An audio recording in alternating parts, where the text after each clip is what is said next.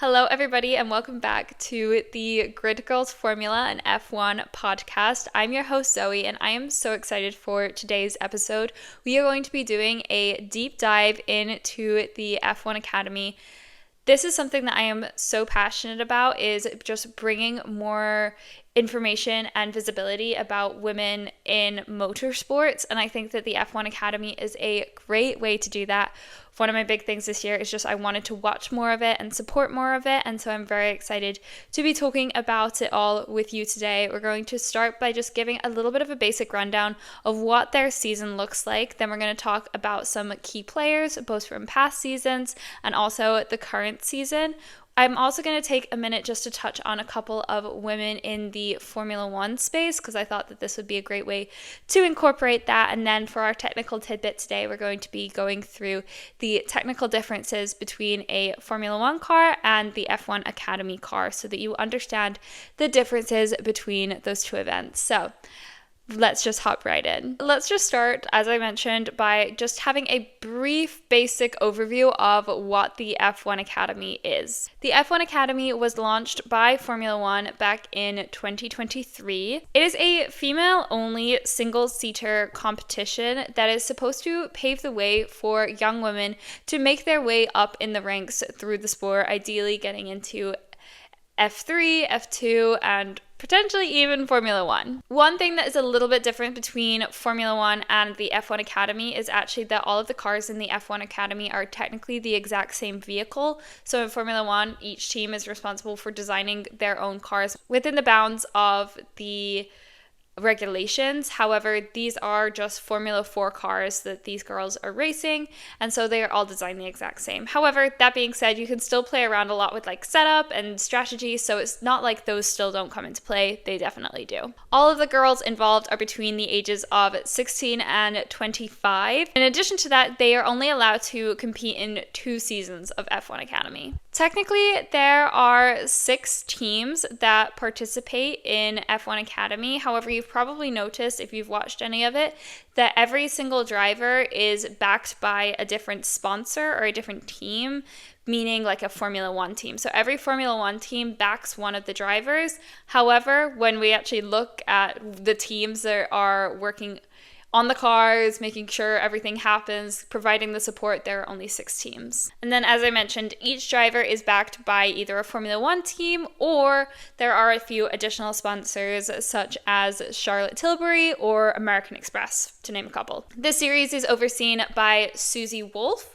who is the managing director. She was appointed in 2024, and I will be going into a little bit more detail on her later in the episode. And one of the biggest things to remember about the F1 Academy, it is not just there to teach the girls how to race. Yes, that is obviously the main component, but it's also there to provide leadership, to provide media training, physical training, mental coaching, teaching them how to deal with all of those demands that are expected of them if they go into a full-on motorsport career. And I just really don't think I can emphasize this enough, just how important having something like this is to get these girls ready for what could be coming their way and prepare them for a life in potentially up to Formula One. It is very male dominated. I don't think anybody could argue with me. There is, I believe, like maybe 2 or 3 women who have actively been involved in Formula One races. The list is not very long. And it's not because women aren't capable, it's because they just haven't had the same funding and opportunities that a lot of these men have in the past. So F1 Academy is breaking down that barrier and giving them that opportunity to grow into a Formula One driver. So obviously, similar to Formula One, they do have a full-on season. However, they only have 7 races throughout the season. So those are taking place in Shanghai, Jeddah, or Saudi Arabia. So we've already had those 2. Then we're going to have Miami this coming weekend, Montreal, Zandvoort, Singapore, and Las Vegas. Each race weekend will consist of 2 free practice sessions up to 40 minutes long, 1 qualifying session of 30 minutes, and then 2 races approximately 30 minutes each. Qualifying actually sets the grid for the second race. The drivers who qualify in the top 8 are actually reversed. So the person who qualifies in 8th position is going to be starting on pole for race 1, so they have that reverse grid, which just helps to keep it interesting and to really teach the girls how to develop their racing craft even more. You win the season by winning points, just like in Formula 1. You get a point if you qualify on pole, if you come in the top, if you win the race, or if you have the quickest lap. And that is about all you have to know to start watching the F1 Academy. But now let's talk a little bit about some of the drivers who have been involved in the F1 Academy and who is making a name for themselves right now. First of all, we have Marta García. So she won the inaugural F1 Academy season back in 2023. She started her career in kart racing, where she won the CIK FIA Karting Academy Trophy and the Tres Dea Industrie of 2015, which is the oldest kart race in the world, and that has also been won by people such as Fernando Alonso, Lewis Hamilton, Sebastian Vettel, so she is up there with the greats. She, like I said, she won the inaugural season of the F1 Academy and went on to be involved in GT racing. If you win the F1 Academy, then you get a fully funded seat for whatever your next campaign is going to be. So Marta García competed in the Formula Regional European Championship in 2024, having that be funded by the F1 Academy. Abbi Pulling won the series last year. She got involved in motorsports and karting from a very young age, primarily around the UK. She even raced in the F4 British Championship and became the first female winner of the series when she won race 5 at Brands Hatch in the UK. She was part of the W Series, which was a little bit of a precursor, I believe, to the F1 Academy. She was also part of the Alpine Academy. She is now competing in the GB3 Championship. So let's get into some of the drivers that you've probably heard of on the grid this year. First of all, we have Chloe Chambers. So Chloe Chambers is an American. She is supported by Red Bull Ford. She was in F4 in the United States in 2021. She raced in the W Series in 2022. And then she was also part of the F1 Academy last year as well, where she narrowly missed out on a top 5 finish. She had several podiums, but unfortunately just couldn't get into that top 5. She is with Campos Racing alongside Rafaela Ferreira and Alicia Palmowski. She is currently 3rd in the standings, so we'll see how that changes with the race in Miami. Next we have Doriane Pin, and I can never figure out how to pronounce her name. It's very French. I don't know how to speak French, unfortunately. I'm so sorry, guys. She is supported by Mercedes, and she was 2nd actually last year, so she is definitely vying for the championship this year. She has spent time in the Ferrari Challenge Europe Series as well as the World Endurance Championship LMP2 category. She also raced in the Formula 4 Series in Southeast Asia, and she is with Premier Racing with her teammates Nina Gaideman and Tina Hausmann. She's currently running 2nd in the championship so far. Finally, we have Maya Weug. She is Dutch. She is supported by Scuderia Ferrari, and she finished 3rd last year's season. So Abbi Pulling, as I said, is out this year, so it's very much going to be a battle between, it seems like at least, a battle between Maya Weug and Doriane Pin. She has a pretty impressive karting record. She also won the inaugural FIA Girls on Track Rising Stars program, and she was the first female driver to be inducted into the Scuderia Ferrari Driving Academy. She is part of MP Motorsport team along with Alba Larsen and Joan Chiconte, and she is currently running in the lead. Then finally, I also wanted to mention Lella Block, who is actually the daughter of Ken Block and is the youngest American Rally Association champion. She jumped right into the series last year and is trying to develop her skills in the single-seater car. She is backed by Williams, and she is part of the T-Mark Grand Prix with Courtney Crone and Aurelia Nobles as her teammates. I think it's really cool that these girls are backed by the Formula One teams because it kind of pulls them into the Formula One world and that ecosystem a little bit more and allows them to get to know the people on those teams and network with them and establish relationships before they get to the point where they're ready for Formula One. Now I wanted to take a quick minute to talk about some women in the history of Formula One, and I think this is very relevant because I actually saw on Instagram that I believe it was like the 50th anniversary of Lella Lombardi participating in Formula One. Yeah, 50 years since Lella Lombardi finishes in the points in a Formula One Grand Prix. So she is the first and only woman to score points in a Formula One Grand Prix, which she did so in 1975 at the Spanish Grand Prix. Technically, she only got half points because apparently it was a shortened race, but still, kudos to her because she has done what no other woman has been able to do thus far. She had immense skill. She was facing huge challenges. I mean, as I said, the opportunities for these women were few and far between. She lacked funding.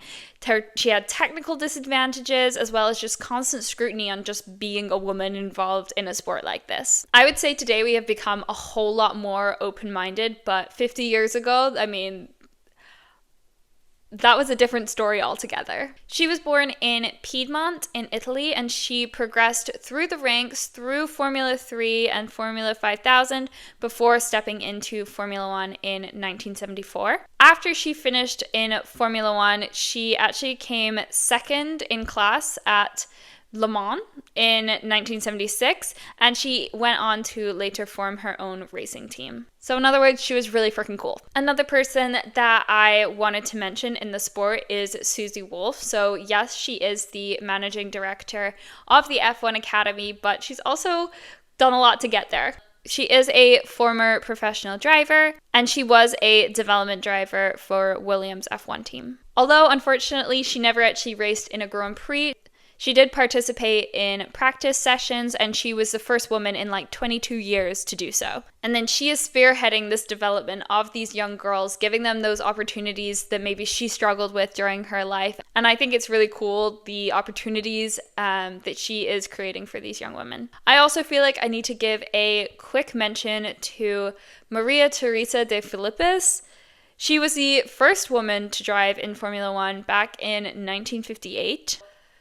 And I just think it's so interesting how the landscape, yes, has definitely shifted, but I can name on one hand the number of women who have been super heavily involved as a driver in Formula One, and so I'm hoping that that will change one day. With that, we're going to move into our technical tidbit section of the podcast. This is my favorite section of every podcast that I make. I think that this is so interesting, and I'm hoping that I can give you guys a little bit of a perspective on something that you didn't already know about. So we're going to be comparing a Formula One car with an F1 Academy car. So just to keep in mind, this is basically comparing a Formula One car with a Formula 4 car. So you do move up through the ranks typically whenever you're a racing driver, starting in karting, moving to various series, hopefully eventually getting to Formula 4 and then working your way through Formula 3, Formula 2, and then to Formula 1. These two cars are totally different beasts. You would not want to put these on a track together. Like the Formula 1 car would very, very, very easily win.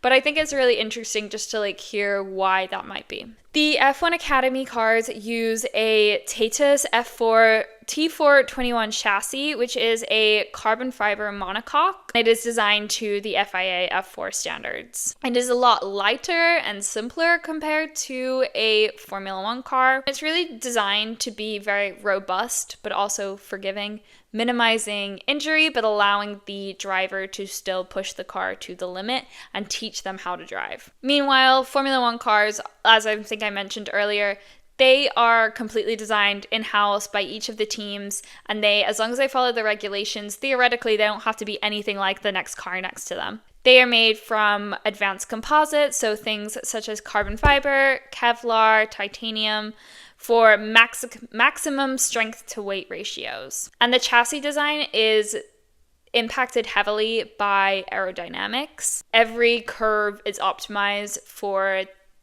in a wind tunnel, in CFD, to make sure that it's perfect. Basically, F1 are designed for a very particular set of specifications and to the millimeter to maximize performance, while the F1 Academy cars are much more standardized, trying to allow for good performance while also making sure that these cars are super safe, cost effective, and straightforward to learn in. In terms of aerodynamics, the F1 Academy cars are pretty darn simple. They have a basic front and rear wing and are They have limited adjustability. They have a few flaps, I think, here and there that you can play around with, but nothing too crazy like the Formula One cars do. There's also very little ground effect that happens. It's basically just a way of designing the car so that the air is sucked out and it gets pressed into the ground, so it's like sucked down into the floor, which helps the grip on the car. But the F1 Academy cars do not have that. Meanwhile, the F1 cars, they are not going to be caught dead without all of that. They have multiple front wing element, complex diffusers, rear wings, DRS, the whole shebang. And aerodynamics account for a lot of the cornering speeds in F1 cars, and they generate a lot more downforce because of that. So those F1 cars are designed to really, really stick to the ground, whereas that isn't quite as much of a priority for the F1 Academy cars. As for the F1 Academy engines, they are a 1.4 liter turbocharged Auto Technica engine, 4 cylinders, about 174 horsepower of 5,500 RPM. Meanwhile, the Formula One cars are 1.6 liters V6 turbocharged hybrid power units, which combines internal combustion engine and 2 electric motor generator units as well for over 1,000 horsepower. Again, just continuing on that idea that these F1 Academy cars are just a little bit on the simpler side than these super expensive, fancy Formula One cars. The Formula One cars are also a lot more intense when it comes to their electronics and their data collection. There is still simple data collection on an F1 Academy car, basic data logging to help driver coaching, throttle input, braking points, lap times, sector analysis. They've got all of that. They don't have telemetry in the same way. The tire temperatures, tire pressures, brake temps, fuel flow, all of those kinds of things, they don't have as much information on that. Really, when it comes down to it, is these F1 Academy cars are made to develop the driver, whereas if you're in Formula One, you should already be pretty developed and know what you're doing by that point. I think it is an interesting idea to think about how I hope that as F1 Academy grows and they attract more and more women into this series, I hope that they'll have to adapt to eventually potentially faster cars, potentially a little bit more design in them.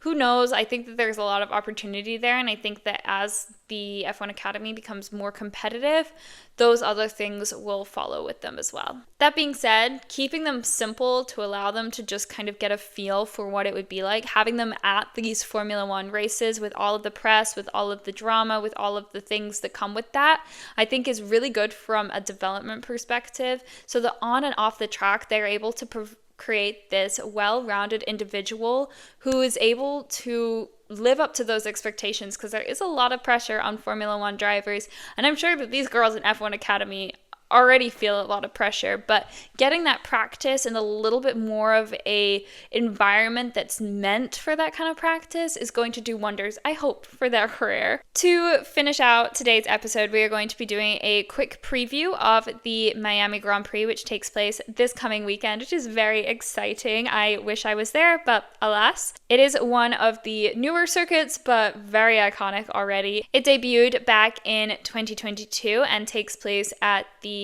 Miami International Autodrome, which is a temporary circuit that is set up around Hard Rock Stadium, which is the home of the Miami Dolphins. The track is 5.41 kilometers or 3.36 miles with 19 turns, and it is a good mix of high-speed sections, technical zones, and long straights, which can make it a little bit tricky sometimes to set up the car. It also, obviously being a temporary circuit, sometimes there has been a history of the track being a little bit slippery, so tire management, as per usual, is going to be very important. So far, Max Verstappen is our only winner of the Miami Grand Prix, but who knows, maybe this year we will have somebody else. He won the very first Miami Grand Prix in 2022 after overtaking Charles Leclerc early on in the race. In 2023, Verstappen actually started in 9th and still won, so it just went to go to show the dominance of the Red Bull at the time. And actually forget what I said about them being the only one who won. I completely forgot 2024 happened. I think it's like very upscale in my opinion of a race. I think that sounds kind of silly to say, but you can say I think it's valid to say that every race has its own kind of personality when it comes down to it, especially more recently. There are more that are more like gritty and just in in the dirt, like, let's get this race done. And then there's others that are like much fancier and you expect a lot more celebrities and events to be going on in conjunction with it. I do think that that is just in general more the case nowadays anyway, but you can still kind of have a feel for the history of those different races. Miami is also one of the 3 races to happen in the US, which is so cool because I just have to say that for the majority of my childhood, I like whenever I would watch these races, we did not have a single race in the United States. There was nothing. And I remember when COTA first started happening in the US, my family was over the moon, and now there's 3, which is so neat. I think that the rise of Drive to Survive has just really brought that out and made sure that there are more opportunities for everybody to go out and support the drivers, which is very exciting, and also support the girls this weekend because they are racing at Miami. I really hope that this race is chaotic. That is my only request. I want some good overtaking. I want some drama. My prediction, however unlikely, is that I think that there is going to be a new team on the podium that we haven't seen yet this year. So I'm thinking one of the best of the rest. Will we see a Williams on the podium? That is a very bold claim to make. Questioning that one. But that's what I'm going to say for this weekend. So we'll see if I'm right next week when we recap the Miami Grand Prix. With that, thank you guys so much for listening today. I hope that you enjoyed the episode, and I will talk to you guys later. Bye.